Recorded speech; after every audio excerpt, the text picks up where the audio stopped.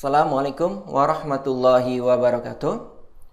Oke, teman-teman, di kesempatan kali ini kita akan bermain-main berkaitan dengan logika. Materi yang akan kita bahas kali ini adalah implikasi dan biimplikasi. Oke, kita langsung saja awali ke materi implikasi. Implikasi atau dapat teman-teman sebut juga proposisi bersyarat ataupun kondisional. Itu maknanya akan sama. Bentuk proposisi adalah jika P maka Q. Ini bentuk proposisi yang sering digunakan. Jika P maka Q. Notasinya menggunakan tanda panah satu arah ke kanan. P tanda panah ke kanan, Q. Ini dibacanya jika P maka Q. Proposisi P disebut hipotesis atau antecedent atau premis atau kondisi untuk proposisi P. Sedangkan untuk proposisi Q disebut konklusi atau konsekuen. Nah, ini penting ya teman-teman, karena pengetahuan ini digunakan untuk materi selanjutnya berkaitan dengan argumen tersebut valid atau tidak. Jadi teman-teman harus pahami dan ingat-ingat. Oke, kita lanjutkan. Contoh. Ini adalah kalimat yang termasuk ke dalam implikasi. Jika saya lulus ujian, maka saya mendapat hadiah dari ayah.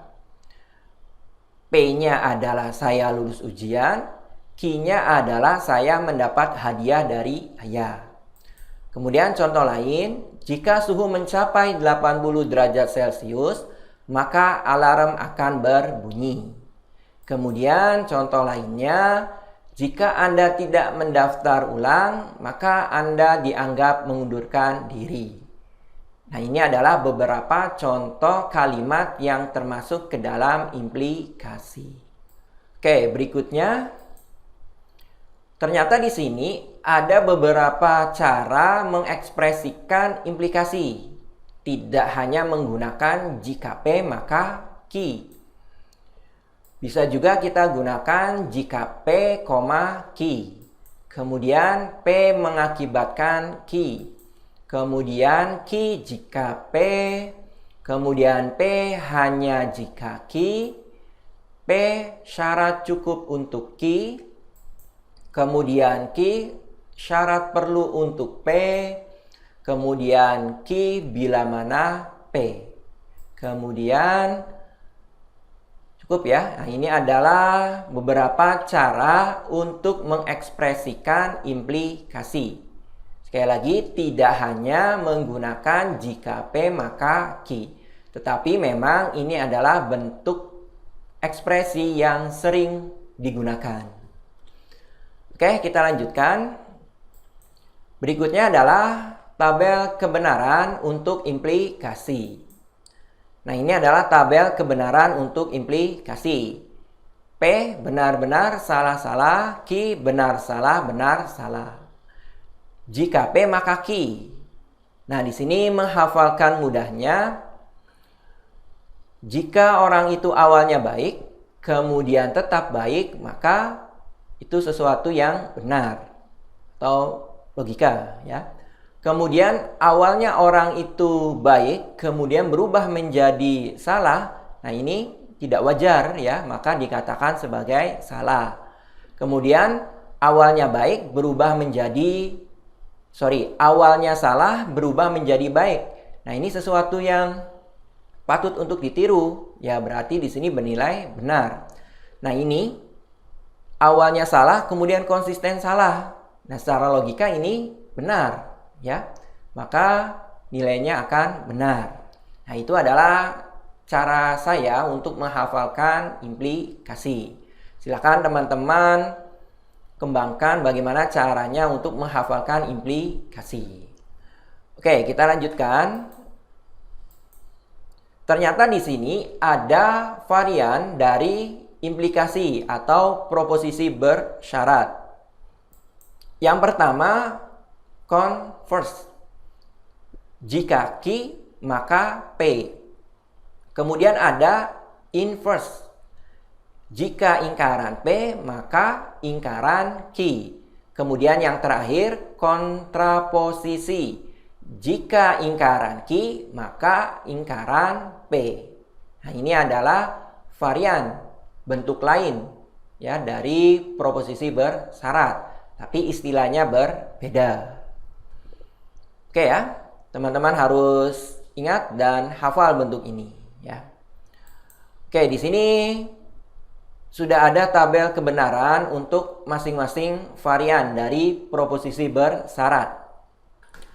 Yang ini untuk implikasi, kemudian yang ini untuk converse, kemudian berikutnya adalah inverse, dan yang terakhir adalah kontraposisi. Kalau teman-teman perhatikan, ternyata di sini implikasi nilainya itu akan sama dengan kontraposisi. Kalau teman-teman perhatikan, ternyata nilai converse ya, benar, salah, benar, benar, ini akan sama dengan varian yang lain, yaitu kontraposisi. Benar, salah, benar, benar. Kemudian di sini converse akan sama nilainya dengan inverse. Nah, itu adalah keunikan dari varian proposisi bersyarat. Oke ya, kita lanjutkan. Berikutnya teman-teman, di sini kita beralih ke contoh. Tentukan converse, inverse, dan kontraposisi. Diketahui berarti di sini bentuk implikasi. Jika Amir mempunyai mobil, maka ia orang kaya. Berarti P-nya Amir mempunyai mobil, Q-nya ia orang kaya. Kita diminta untuk menentukan converse. Converse itu bentuknya adalah jika Q maka P. Berarti tinggal dibalik aja di sini. Jika Amir orang kaya, maka ia mempunyai mobil. Itu adalah bentuk dari converse. Ingat bentuknya, jika Q maka P. Dari implikasi ini diperoleh P-nya adalah Amir mempunyai mobil, Q-nya adalah Amir orang kaya. Converse berarti tinggal dibalik. Jika Amir orang kaya, maka ia mempunyai mobil. Kemudian inverse. Kalau inverse itu adalah jika ingkaran P, maka ingkaran Q. Berarti tinggal dari bentuk awal ini ditambahkan ingkaran. Jika Amir tidak mempunyai mobil, maka ia bukan orang kaya. Kemudian yang terakhir, kontraposisi, bentuknya adalah jika ingkaran Q, maka ingkaran P. Berarti di sini tinggal dari bentuk converse ditambahkan ingkaran. Jika Amir bukan orang kaya, maka ia tidak mempunyai mobil. Oke ya teman-teman, mudah-mudahan mudah untuk dipahami. Oke, kita lanjutkan yang berikutnya. Bikondisional atau biimplikasi.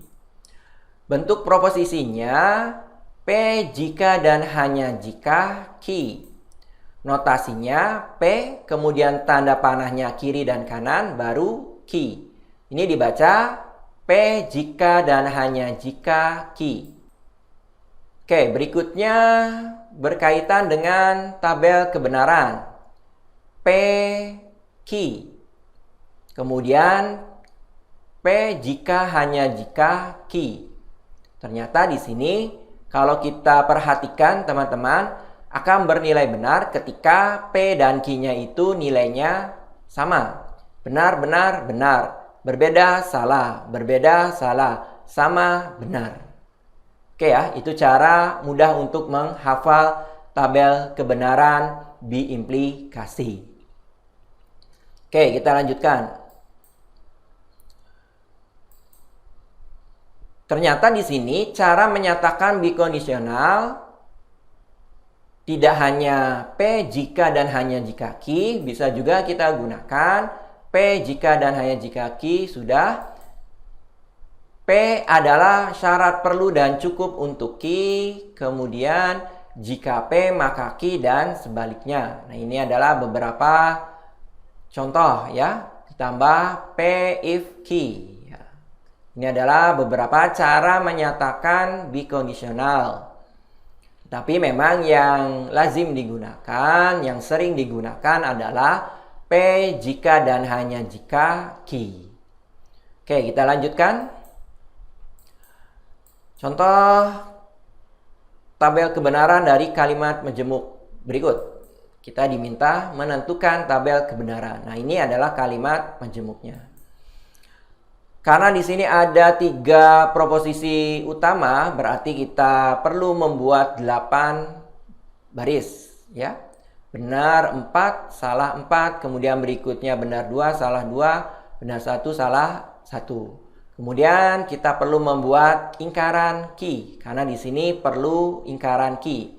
Berarti kebalikan dari kolom ki, ya. Kemudian kita perlu jika P maka ingkaran ki. Jangan dibalik ya teman-teman, karena implikasi itu tidak sama. P maka ki tidak akan sama dengan ki maka P. Jadi harus menyebutkannya P dulu. P benar, ingkaran ki-nya salah. Orang baik berubah menjadi salah. Nah, ini salah, keliru ya. Kemudian benar menjadi salah, keliru juga.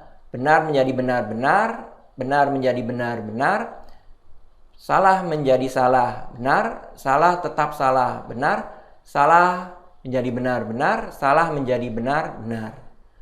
Kemudian yang terakhir, kita akan implikasikan dengan R. Berarti dengan R, cari yang sama itu harus bernilai benar. Ini berbeda salah, ini sama benar, ini sama benar, berbeda salah, sama benar, berbeda salah, sama ya, benar, berbeda salah. Nah, ini adalah tabel kebenaran untuk kalimat majemuk ini. Proposisi majemuk ini. Oke, mudah-mudahan apa yang saya sampaikan ini mudah dipahami dan bermanfaat ya. Terima kasih atas perhatiannya. Sampai jumpa di video pembelajaran berikutnya. Saya akhiri. Wassalamualaikum warahmatullahi wabarakatuh.